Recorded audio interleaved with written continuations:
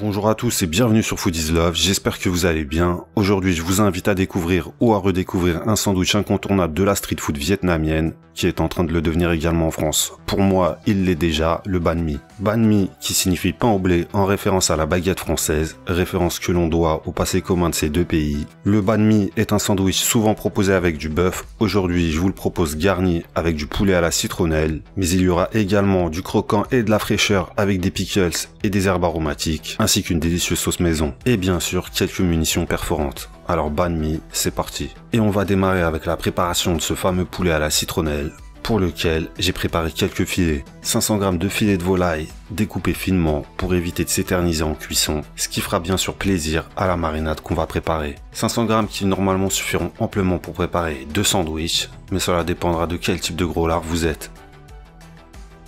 Et pour préparer la marinade, on utilisera l'habituel et très pratique hachoir électrique. Hachoir qu'on va remplir avec 2 échalotes, 2 gousses d'ail, 2 piments taille que vous n'oublierez pas de dégoupiller, 2 tiges de citronnelle dont vous vous débarrasserez de la partie verte. Ensuite, vous les découperez à leur base pour retirer l'enveloppe qui entoure la partie tendre. Détaillez-les grossièrement pour simplifier la vie au hachoir. Ensuite, on ajoutera une cuillère à soupe de sauce gnoc mam, une cuillère à soupe de sauce soja, une cuillère à soupe de sucre de canne, le jus d'un citron vert, une cuillère à café d'huile de coco et on enclenche la machine jusqu'à hacher le tout très finement.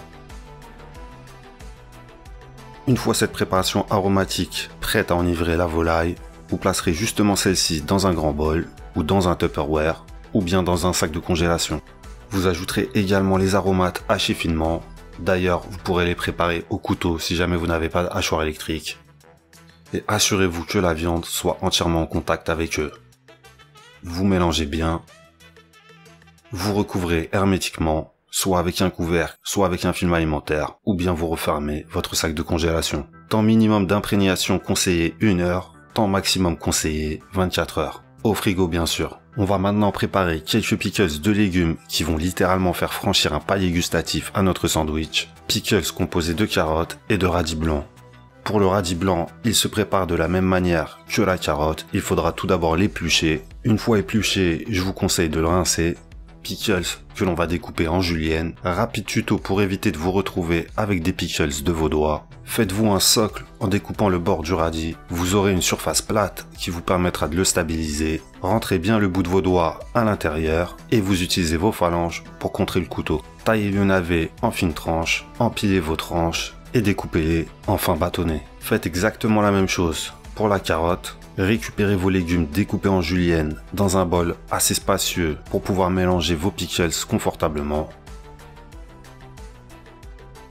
Assaisonnez-les avec une cuillère à café de sel, une cuillère à café de sucre et une demi-cuillère à café de poivre moulu. Ajoutez également 5 à 6 cuillères à soupe de vinaigre de riz ou à défaut du vinaigre blanc. Terminez par recouvrir vos légumes avec de l'eau bouillante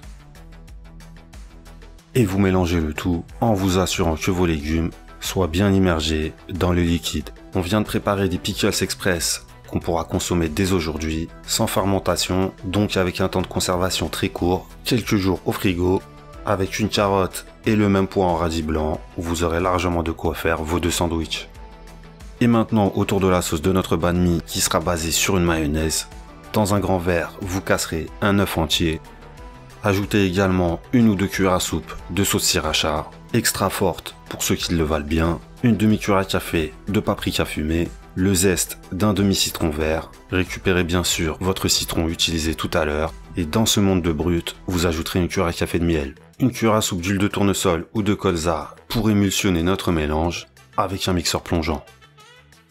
Vous comptez jusqu'à 10 et vous rajoutez de l'huile en filet et en continu jusqu'à obtenir une sauce bien onctueuse.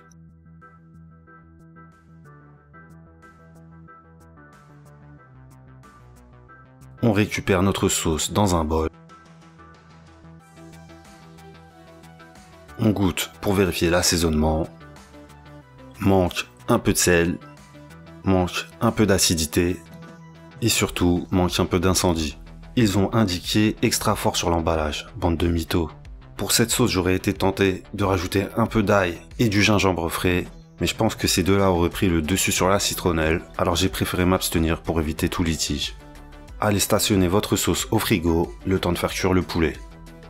Préchauffez votre poêle à feu moyen, feu vif interdit pour les viandes marinées. Comme je vous l'ai déjà dit très récemment, l'idéal de cuisson pour de la viande marinée, c'est le barbecue. Difficile de ne pas brûler la marinade lorsqu'elle est en contact direct avec la poêle, mais il y a tout de même moyen de s'en sortir quand on n'a pas le choix. L'idéal, c'est de retourner sa viande sans trop tarder, 45 secondes à 1 minute maximum, avec tout de même un feu moyen pour pouvoir caraméliser sa viande, et au total vous compterez 4 minutes à 5 minutes de cuisson.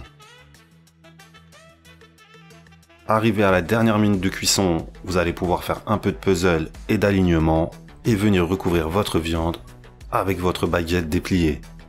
Laissez-la prendre du chaud pendant cette dernière minute et vous enchaînez avec flip arrière. À partir de là, vous allez pouvoir terminer la customisation de votre banh mi avec vos pickles de légumes. On ajoutera également quelques fines rondelles de concombre,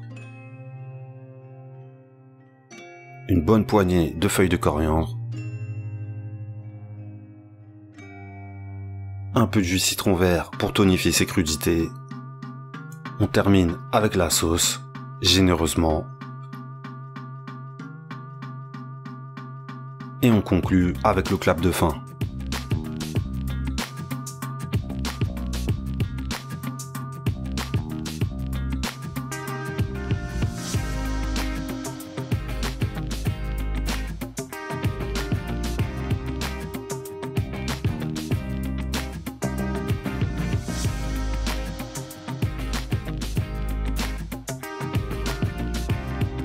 Si jamais vous n'avez jamais mangé de banh mi, sachez que c'est une anomalie dans votre parcours culinaire. Vous serez forcé de faire demi-tour et de retourner à la case banh mi, d'autant plus qu'il ne demande pas énormément d'efforts ou de moyens à préparer. J'espère que ça vous a plu. N'hésitez pas à exprimer votre contentement en mettant un pouce vers le haut et en laissant un commentaire, en cochant la touche s'abonner pour ceux qui ne le sont pas encore. Et je vous dis à la prochaine vidéo pour une nouvelle recette de gros. Ciao.